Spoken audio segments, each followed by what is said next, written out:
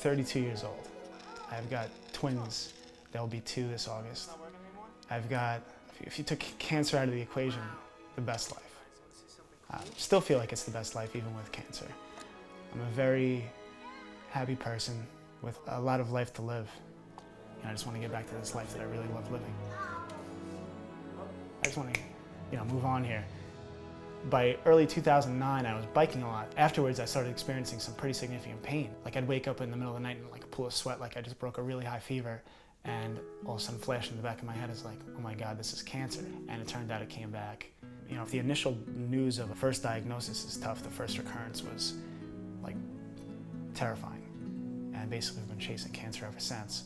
I've been through it all in an effort to, if not cure, at least stabilize the growth of now what's left is these 10 or 11 tumors on my spine. The term cure is not on the horizon. The term control is on the horizon, meaning making this a treatable and chronic disease, much like diabetes or high blood pressure. Eden was 25 when I was 26. She'd seen me go through this deterioration. She's a rock. She really is. Sometimes if I'm upset, she grounds me and vice versa. But in general, when I'm upset is when she's like strongest. We'd always said we wanted kids. We both knew cancer in my future was possible, if not even likely, but we weren't going to sit around and wait. So I've been advised to bank sperm prior to like any severe cancer treatment, and our first cycle of IVF didn't work. And then we started to panic. Maybe this won't happen. And then the second IVF cycle worked. We found out we were having twins. We were just thrilled, absolutely thrilled. To think like we may not get the opportunity to have children again. They are precious. Those precious little kids, inside and out.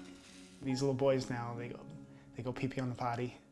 They count. 1, 2, 3, 4, 5, 6, 7, 8, 9, 10. One of the silver linings of being sick is I'm home with my kids.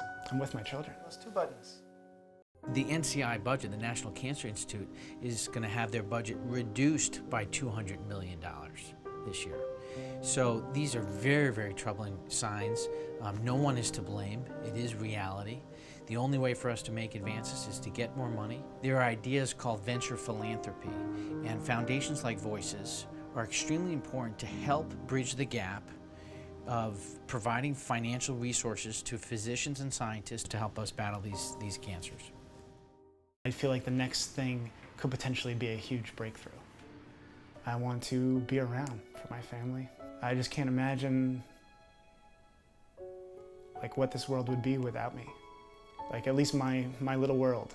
That's harder for me than any cancer treatment I've had so far. Has been not just the thought of dying, but the thought of what will the day be like the day after I die, once Mike's gone.